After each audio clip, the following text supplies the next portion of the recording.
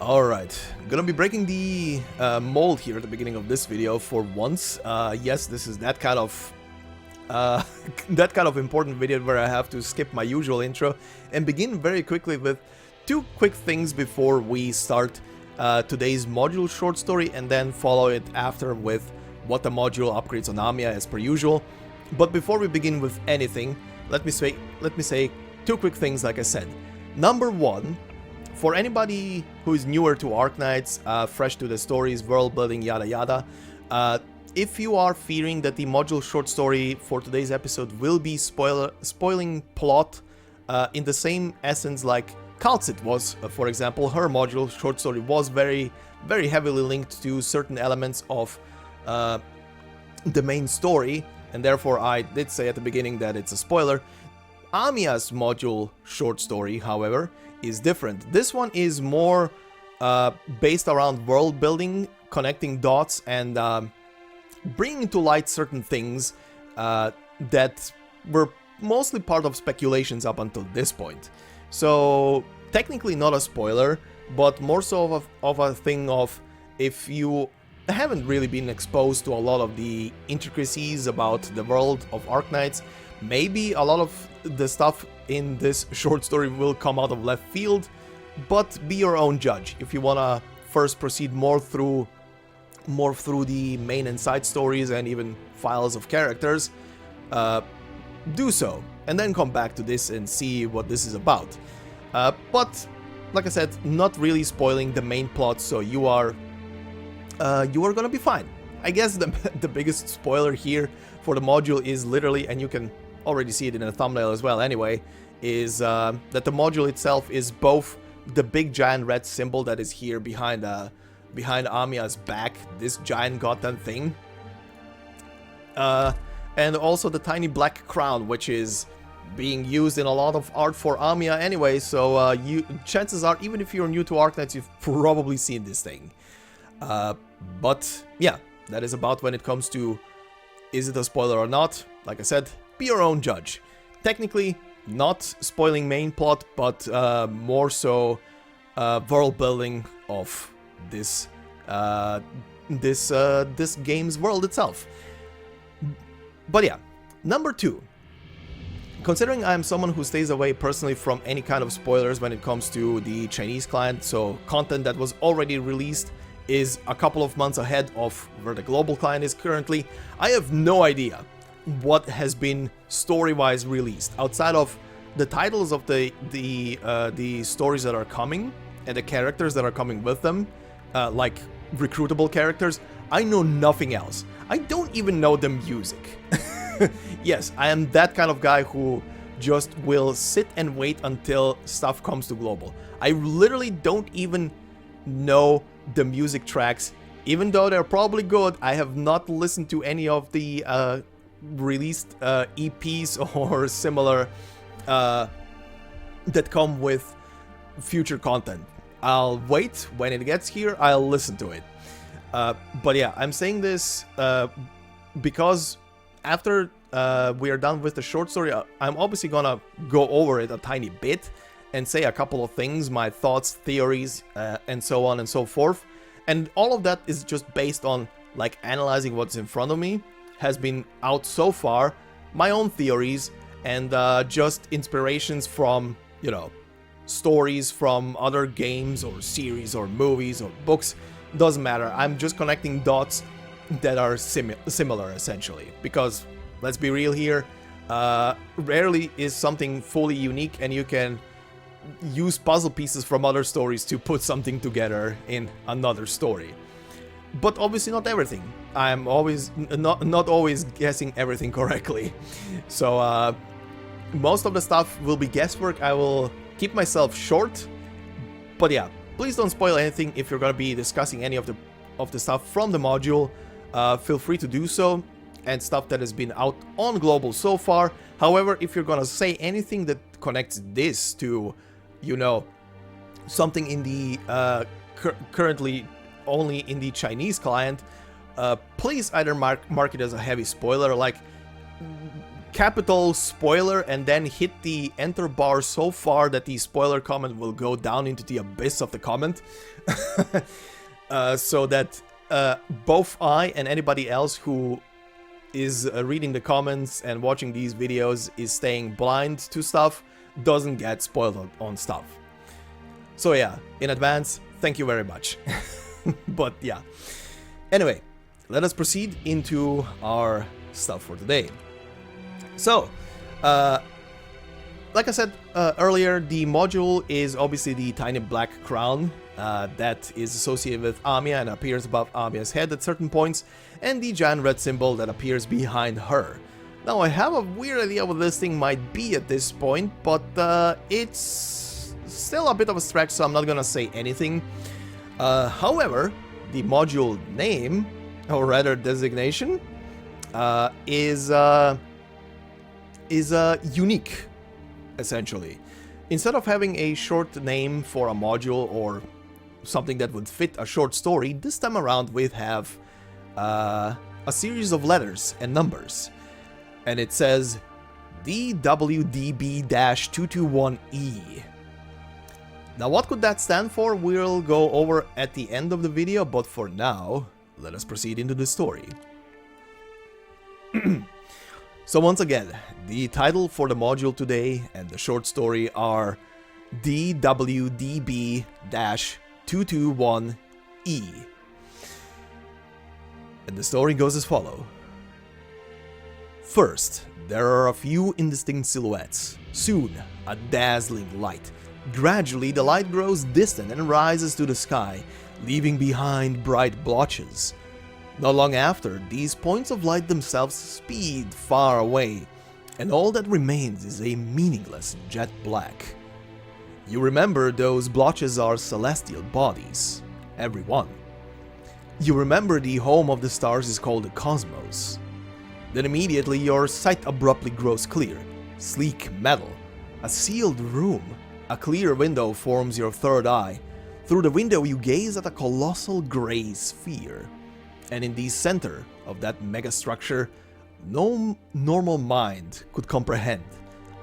It quietly awaits its birth father. You suddenly feel a kind of movement. A fluid wets your vision. You begin to seek this emotion's root.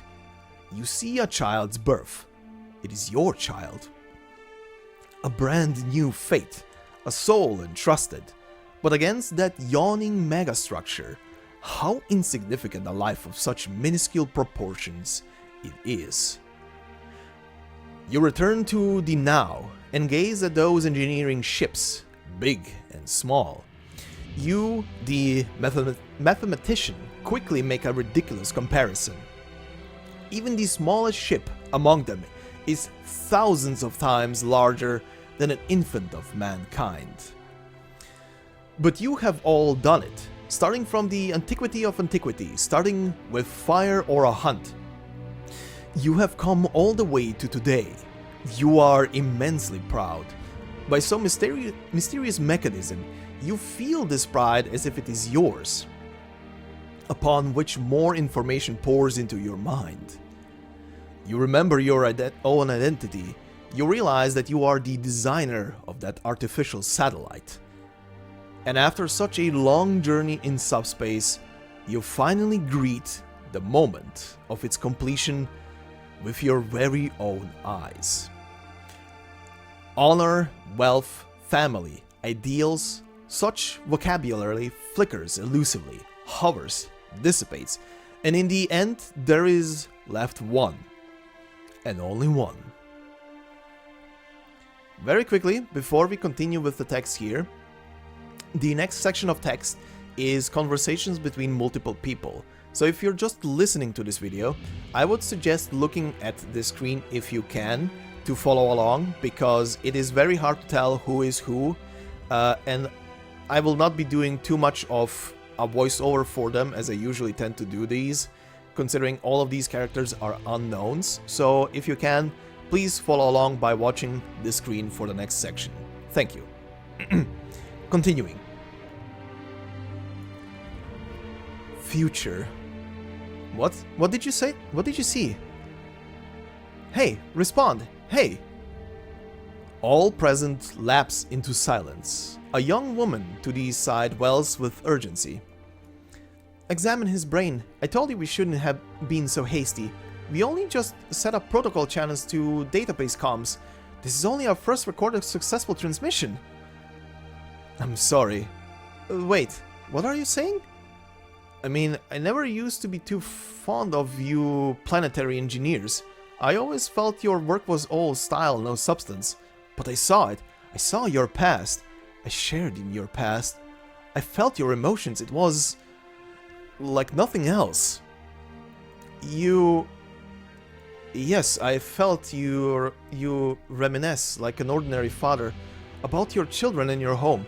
I saw that artificial moon, astonishing as anything, and the sensation, it's beyond all imagination. We've done it. Once again, everyone is silent.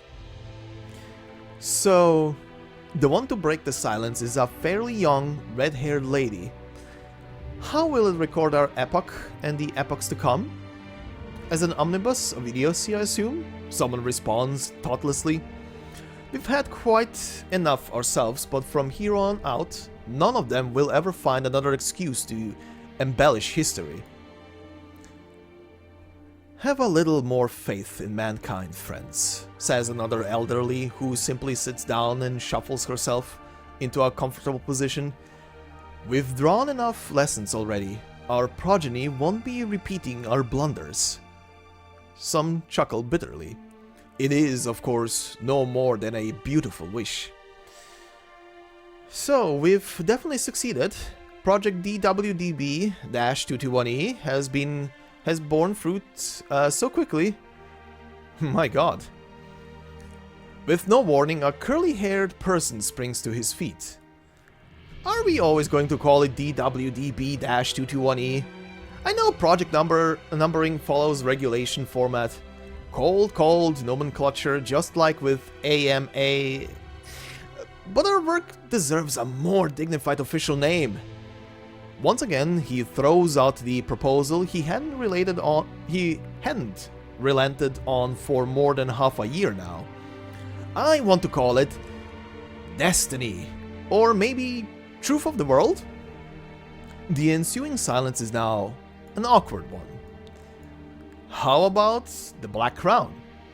In terms of an intuitive visual impression of parts of its appearance, it does resemble a crown after all. Not a fan. That one sounds like some boring historical drama. In that case... The elderly woman interrupts her subordinates before they embroil themselves in yet another endless dispute.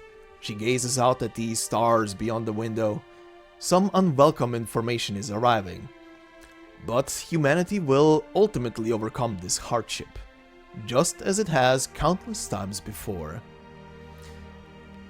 I have a proposal. We should call it Civil Light Eterna.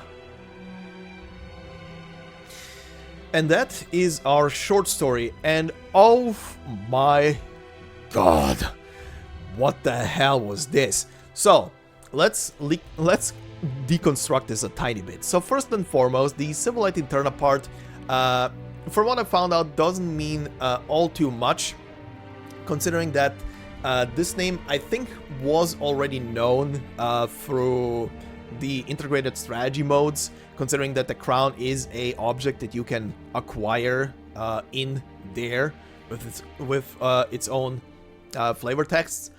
However, in the Chinese client, the thing when you translate the name from the Chinese client literally is translated into the survival of civilization.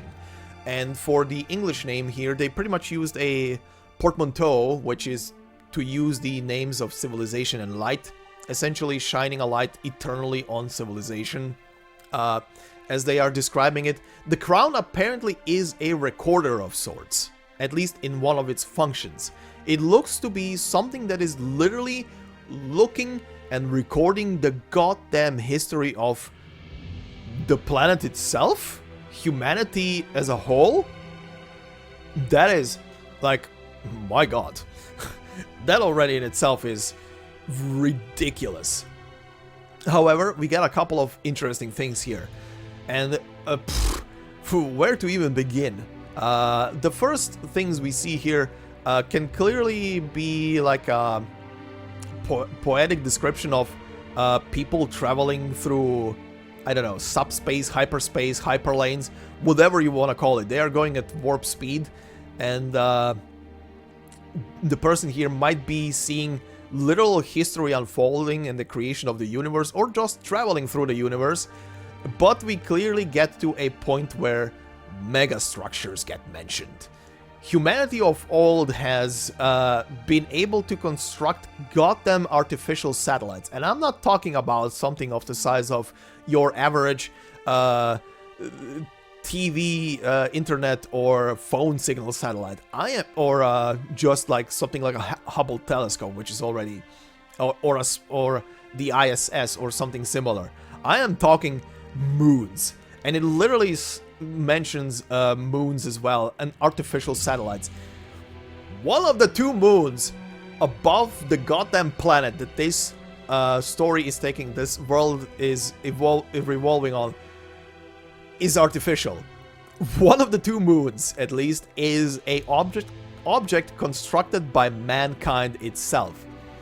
So immediately where my mind went through when reading through this was the whole idea of humanity on the portion of the planet, not the again, I want to stress here that Terra refers to the portion of the planet that we know so far, more so the continent or whatever, but not the planet itself, at least from what I'm aware.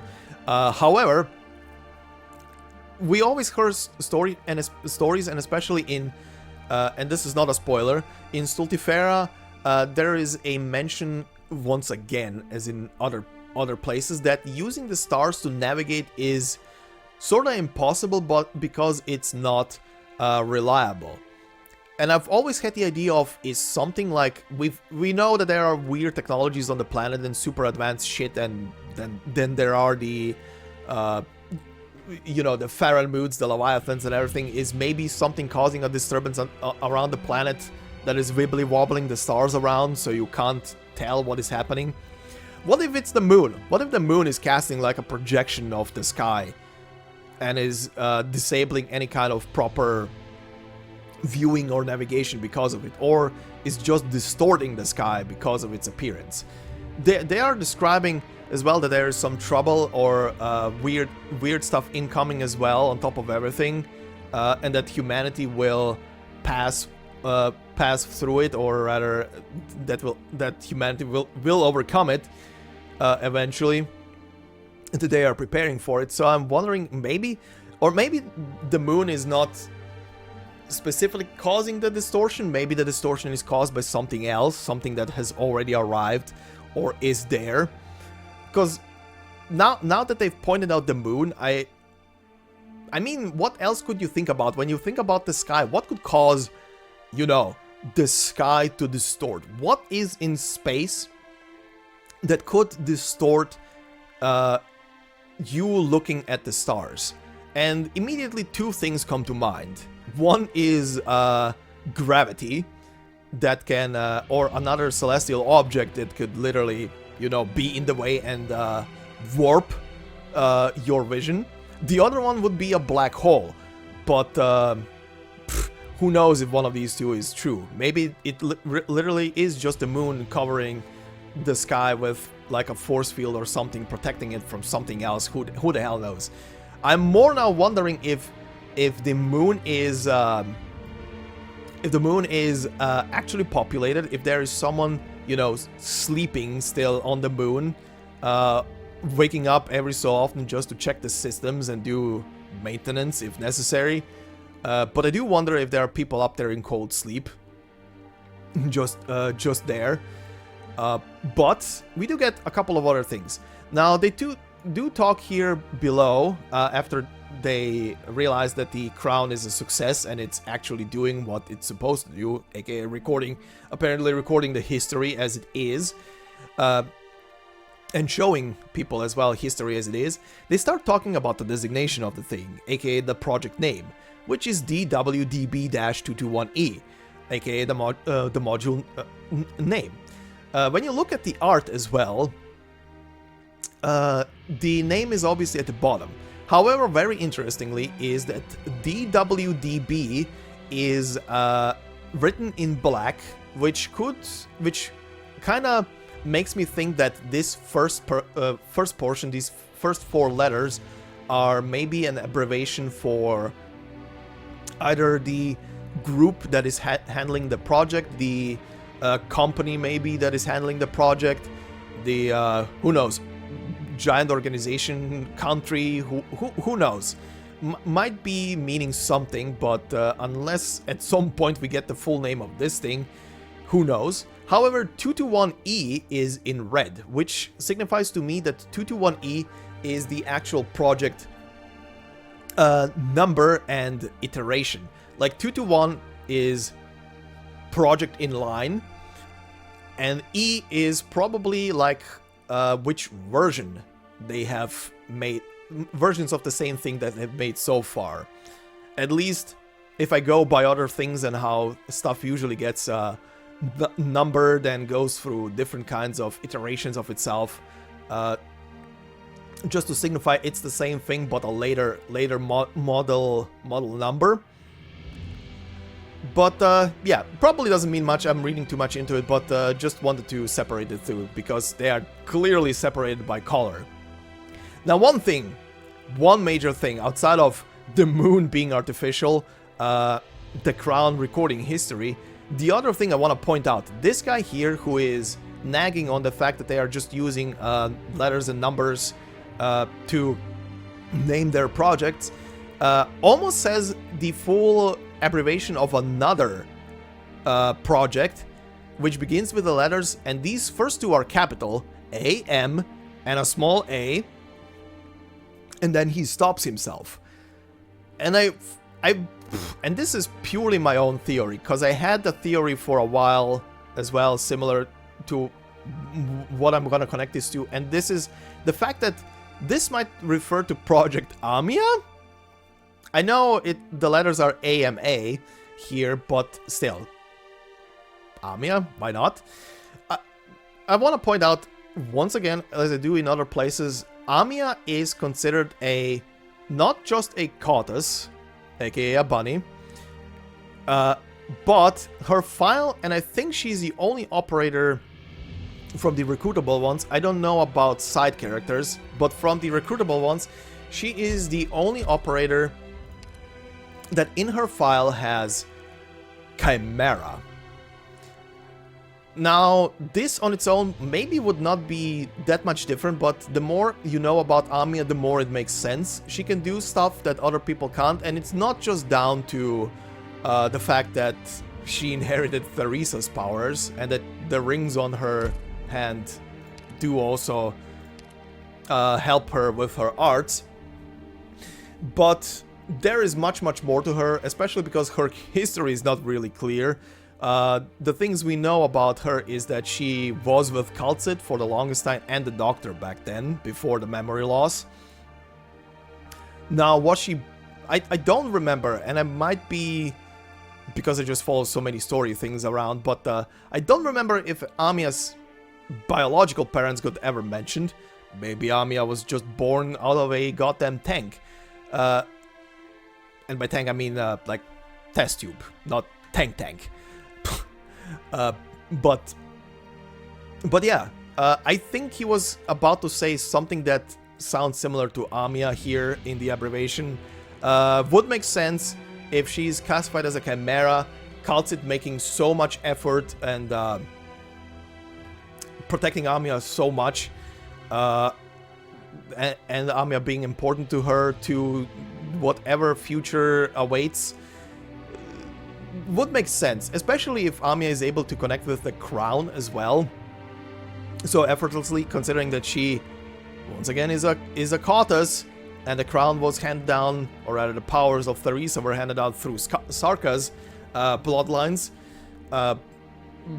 Would make sense if she's capable of doing things the way she does, because she is genetically engineered to do things that are not possible for the regular human beings of this planet. And yeah, very interesting. I am really looking forward to whenever this comes to light, because like I said, I always had a feeling that Amiya might be like a genetically modified, super engineered human to accomplish something. Essentially part of Katzit's whatever thing she is also in charge of, that I'm not gonna go over here in this short story. But yeah, that is about it. It definitely delivered. This module short story definitely delivered a lot. A lot of stuff. Oh, as a tiny little bonus, not a theory, just my own just my own stupid thought.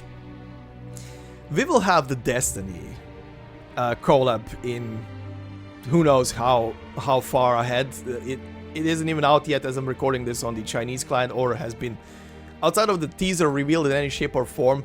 But oh my god, if we are already doing, when it comes to collabing with other properties, so far like the Rainbow Six team came presumably from another dimension. One of the more recent collabs as well. The kids also came from a different dimension as well, aka Earth. But if we're doing that, god damn. Please don't tie this into the canon line. I mean, it would fit. I haven't followed Destiny story in a long while, but how crazy the story of that thing is anyway, and how speculative it can be.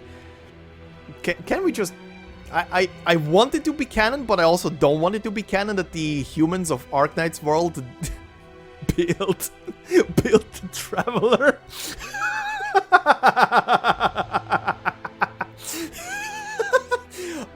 Look. This is my throwaway stupid theory. If the humans of days past of the Arknights world build out artificial moons, I want one of them to be the Traveler. I mean, I know they probably put it in as a joke, or maybe it's an actual hint and I'm just laughing my ass off for stupid shit here, for my stupid idea, but he literally wanted to call the crown Destiny. Okay. Anyway, I just wanted to point it out. I found that funny. That thought went into my head the moment I saw the name Destiny, and it reminded me that there's gonna be a collab with Destiny, so this last one is a joke. This last one is a bonus and a joke, and it made me laugh, and I hope it made you guys laugh as well, as much as it did me. Anyway, back to the meat and the potatoes. So, let's go over, as usual, over the traits and the talents for Amiya before we look at what the module upgrades on her. So, trait-wise, deals arts damage. Makes sense, this is her caster form. Talent, the emotional absorption. Restores 3 extra skill points when attacking an enemy and 10 extra skill points when killing an enemy. So, by the way, bonus little thing. I completely forgot, but before you promote Amiya, this talent here is only question marks. You can't even see what it is ahead of time, because it's kind of, this one is kind of connected to the story, and if you're watching this and you are not aware of what I'm talking about, you'll learn about that. Don't worry. However, I found it funny that yes, she is her talent is literally censored before you open it, before you promote her, rather. And when it comes to promotion for Amiya, I mean, getting these tokens is super easy, because you obviously get them from the main story. So you'll promote her to max, and these talents here are obviously maxed out. So what does the module do for Amiya? So first off, the module is tier 3. Obviously it's a tier 3. This is Amiya we're talking about. I'm not even gonna think about it. I will just give her a tier 3 module. Daughter gets the pampering. However, what does it do? First and foremost, we get an upgrade to HP and attack. which is pretty much the normal standard, we get one additional trait, which says gain 1 SP when normal attacks hit an elite or leader enemy. So she gains skill points way faster by just hitting enemies, and that's good.